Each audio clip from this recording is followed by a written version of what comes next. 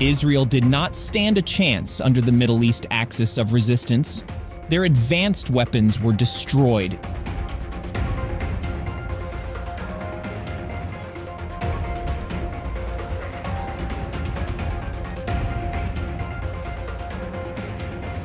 In the ongoing conflicts within the Middle East, the narrative that Israel's military prowess could be unquestioned has faced significant challenges. Traditionally recognized for its advanced weaponry developed in collaboration with global superpowers, Israel's armaments have not proven invulnerable in skirmishes with Hamas and other groups within the region. Recent engagements have seen numerous Israeli weapons seized by armed militant factions from neighboring countries, including guerrillas who have reportedly bested even the Marava tanks, considered among the world's most formidable.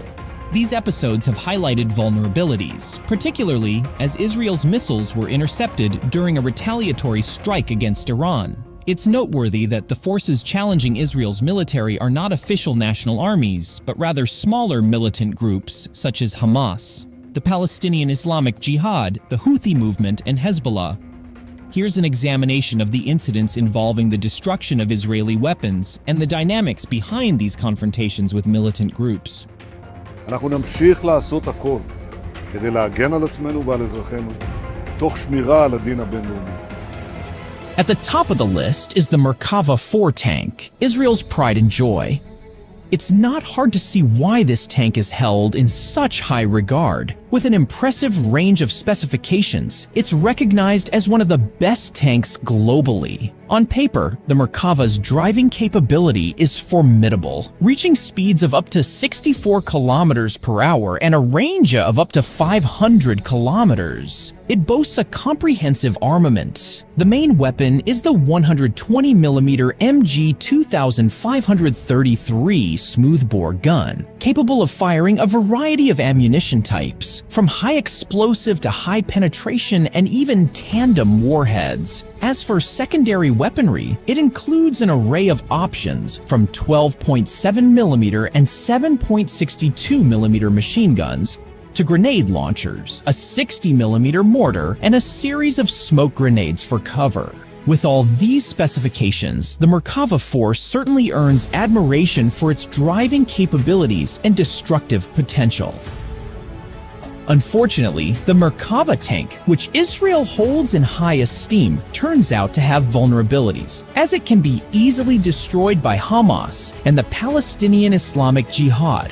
A prime example is captured in a recording where a Marava tank is completely obliterated by the H0UTHlS missile, developed independently by Hamas. This missile serves as a testament to Hamas's ability to create lethal weaponry, despite often being considered a small faction. The destruction of a Marava tank by a missile from Hamas represents a significant loss for Israel. The cost of a single Israeli tank can reach an astounding $10 million,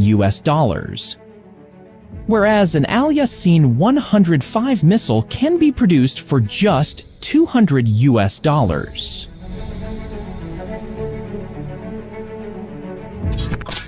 In addition to the Marava 4, another victim of the H0UTHlS missile's power comes from an Israeli armored personnel carrier named Neer. Videos circulating show Hamas militants firing an H0UTHlS missile at this armored vehicle, causing it to explode. It's not just one or two vehicles that have been destroyed in this manner. There have been several similar incidents occurring in various locations, from the Al-Shati refugee camp to the Sheikh Radwan area. Once again, Israel faces significant losses as their military hardware is destroyed.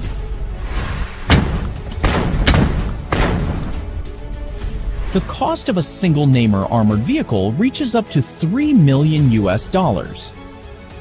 highlighting the financial impact of these losses. On the technical front, the Neer armored personnel carrier boasts impressive specifications that make it a formidable asset. Manufactured since 2008, this piece of military hardware showcases remarkable performance capabilities. It can reach top speeds of up to 53 miles per hour and has a range of up to 311 miles.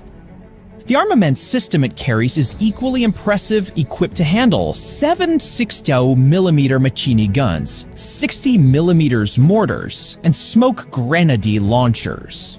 However, despite these robust specifications, the Neer lacks an equally strong protection system, which unfortunately leaves it vulnerable to the MQ1 missile, a weapon that is notably inexpensive to produce. Shifting focus from tanks and armored vehicles designed for offensive operations, the Israeli military also utilizes vehicles like the D9 Bulldozer in its operations against Palestine. Various videos have highlighted the Bulldozer's pivotal role, from clearing roads of car blockades to demolishing wire fences. These actions are undertaken to facilitate Israel's ground attacks. Consequently, it's unsurprising that the D9 Bulldozer also falls prey to attacks from Hamas and the PIJ. Once again, the Bulldozer, despite its armored design, succumbs to the same ammunition, the H0UTHlS missile. For Israel, this missile represents a significant challenge. Transitioning from ground to air, Israel has also faced setbacks with their aerial weaponry, such as drones. In December 2023, the Al-Quds Brigade showcased a significant capture, a sky racing drone. Despite being shot down by Al-Quds personnel, the drone was still in good condition.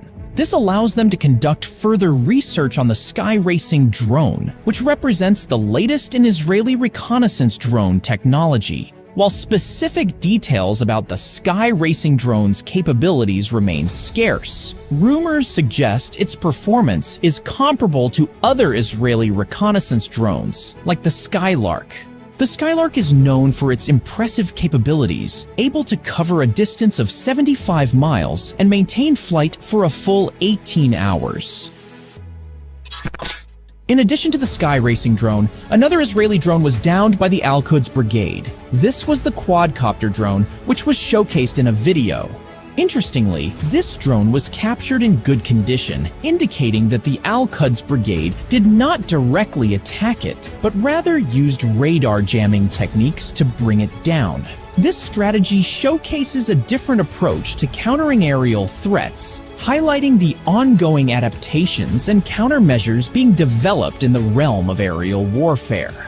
The development of quadcopter drones by Israel is an ongoing effort, as their use at the forefront of military operations is deemed highly efficient. One of the latest advancements in their quadcopter technology includes a more sophisticated variant capable of carrying firearms for airstrikes. Claims suggest that this drone can be equipped with a variety of weapons, ranging from assault rifles and sniper rifles to high-caliber 40mm guns. Beyond its versatile armament capabilities, this quadcopter drone is also enhanced with artificial intelligence to detect and prioritize targets based on the operational context. If its development is completed, this drone could pose a significant threat due to its high flexibility, being deployable in both land and naval military operations. In addition to ground vehicles and drones, Hamas and the Palestinian Islamic Jihad have also managed to seize a variety of firearms from Israeli guard posts they attacked. These captured weapons could potentially be used by Hamas for research and development into more lethal firearms. Particularly now, as Hamas is known to have its own weapons manufacturing facilities, which they have occasionally showcased.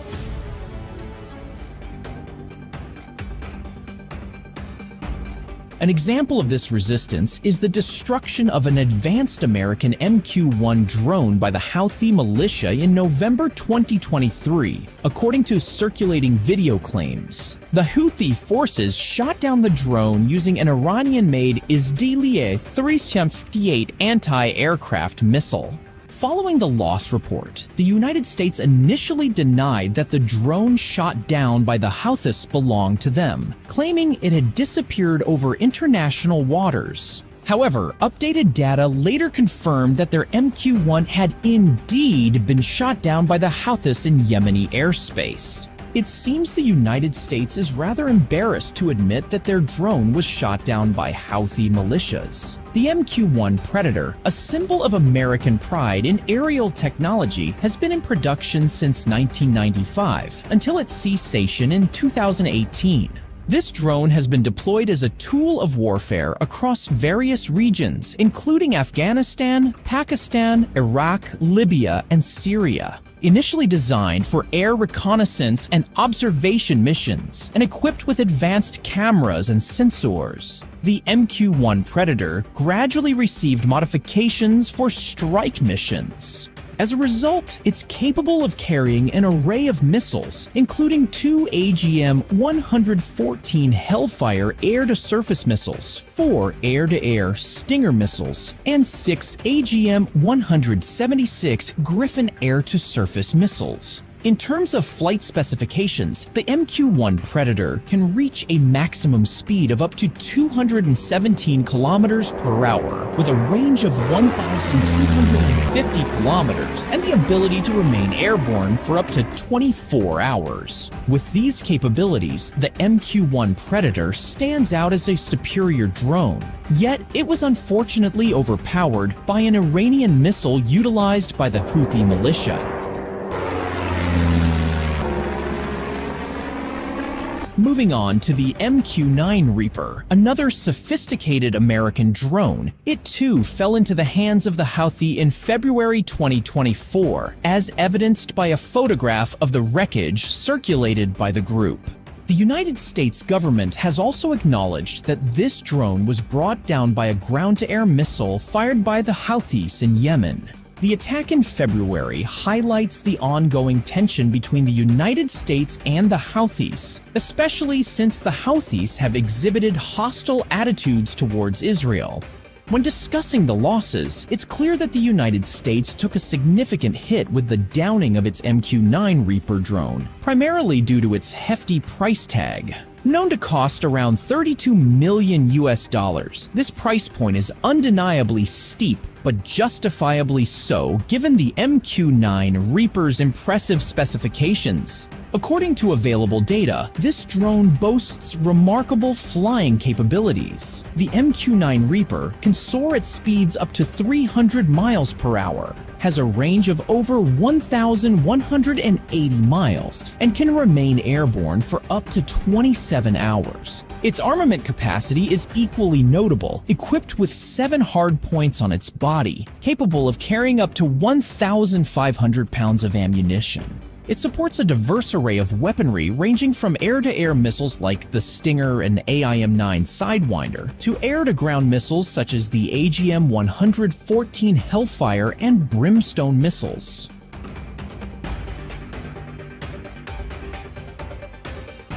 In addition to airborne drones, in February, the Houthi forces surprisingly succeeded in capturing and securing an underwater drone belonging to the United States. This drone was identified as the Hermes 600, one of the most advanced underwater drones that the United States has been developing since 2012. In terms of specifications, the Hermes 600 measures 10 feet 7 inches in length, has a diameter of 12 inches, and weighs approximately 529 pounds. These dimensions are identical to those of the torpedo Mk-18 Mod 2 Kingfish, which served as the main design reference for the Hermes 600. Regarding its operational capabilities, the Hermes 600 can dive to depths of up to 1,968 feet, with a maximum speed of 5 knots, about 5.75 miles per hour, and a range of 177 miles with an operational endurance of up to 70 hours. This diving capability positions the Hermes 600 as one of the best underwater drones in the United States arsenal. The creation of the Hermes 600 drone is rooted in addressing a wide array of needs, starting from conducting oceanic surveys, underwater mapping, sample collection, and reconnaissance, to the neutralization of sea mines, For non-military purposes, the Hermes 600 can also be employed for early detection of undersea pipe damage, network cables, and even for mapping drilling platforms offshore. Hence, in terms of functionality, the Hermes 600 proves to be highly dependable. It is believed that the Hermes 600 drone acquired by the Houthi will be sent to Iran so that Tehran can conduct in-depth research. In cases that are commonly experienced with American weapons ending up in Iranian hands, they are almost immediately replicated.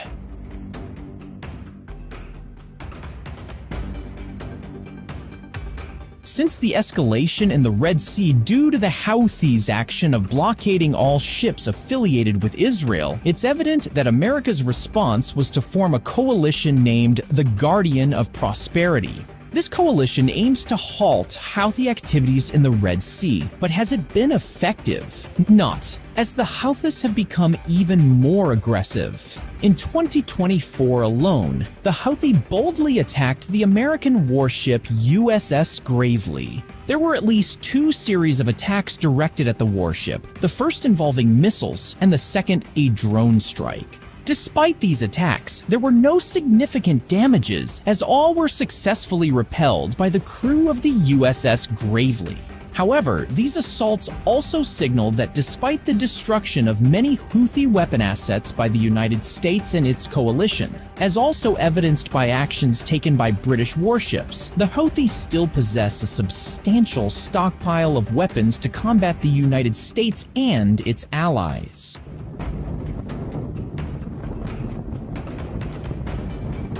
Thus, it can be said that the Houthi consistently provided resistance in the Red Sea up until the attacks in the Gaza Strip were halted by Israel. Only time will tell whether the Houthi will be eradicated in the Red Sea first, or if Israel will cease its operations in the Gaza Strip first.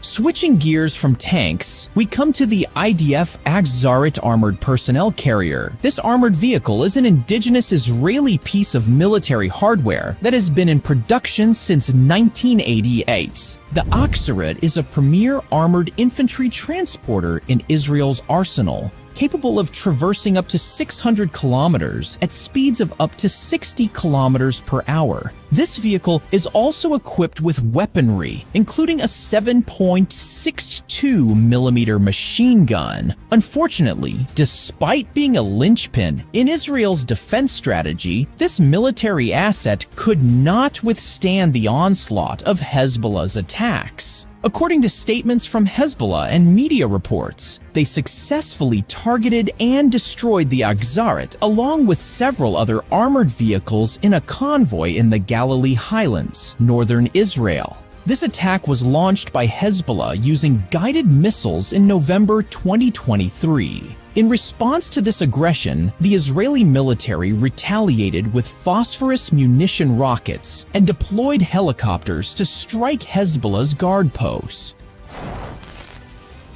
In addition to destroying Israel's Marava tanks, Hezbollah has also engaged in the capture of drones. One notable incident involved the interception of an advanced Israeli drone named Skylark. According to videos circulating and claims made by Hezbollah, they managed to capture this drone in good condition. Instead of attacking the drone, they intercepted its flight path while it was in Lebanese airspace. This capture occurred on February 10, 2024. The pristine condition of the Skylark obtained by Hezbollah allows them to extract data and even possibly recreate Skylark's technology with Iran's assistance. It would be a significant advantage if Hezbollah succeeds in reverse engineering the Skylark, given the drone's exceptional reconnaissance capabilities. From what is known, the Skylark can fly for up to 18 hours, reach a maximum altitude of 2.3 miles, and has a range of 75 miles. In military operations, the Skylark is capable of scanning an area of up to 6.2 miles in a short period.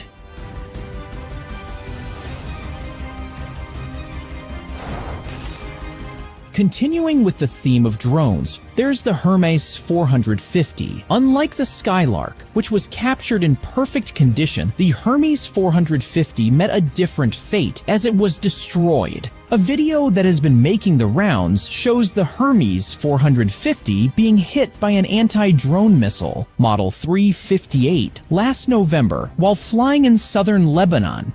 After the fall of the Hermes 450, the Israeli military responded by claiming that their Hermes 450 did not get shot down, but rather landed in an open field. It's quite common for Israel to deny their losses, especially since the Hermes 450 is known for its impressive specifications. From the known specifications, the speed of the Hermes 450 can reach up to 109 miles per hour, with a range of 186 miles, a maximum altitude of 3.4 miles, and a flight endurance of 17 hours. As for its role, the Hermes 450 is a versatile drone capable of fulfilling various functions. It can serve as a reconnaissance drone, a surveillance drone, or a communications drone, depending on the equipment it carries.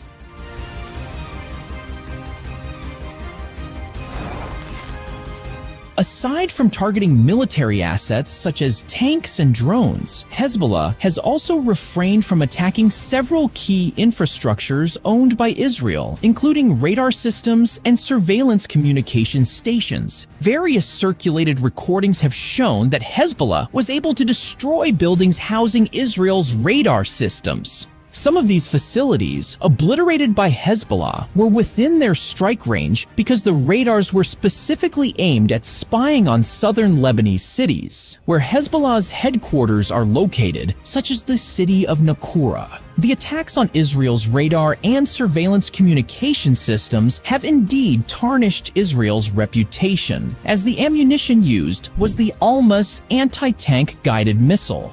This missile, a product of reverse engineering by Iran after studying Israel's own integrated anti-tank missile, the Spike, signifies a case of the weapon turning against its creator. As the conflict between the two parties escalates, Israel appears to be at a disadvantage. In the latest series of attacks, Hezbollah has aggressively launched over 100 rockets in 24 hours, showcasing their reliable weaponry reserves. On the other hand, Israel has lost its weapon suppliers as countries like the Netherlands, Belgium, Japan, Italy, and Spain have declared they will cease arms support to Israel. Could this indicate that the conflict in the Middle East might soon come to an end?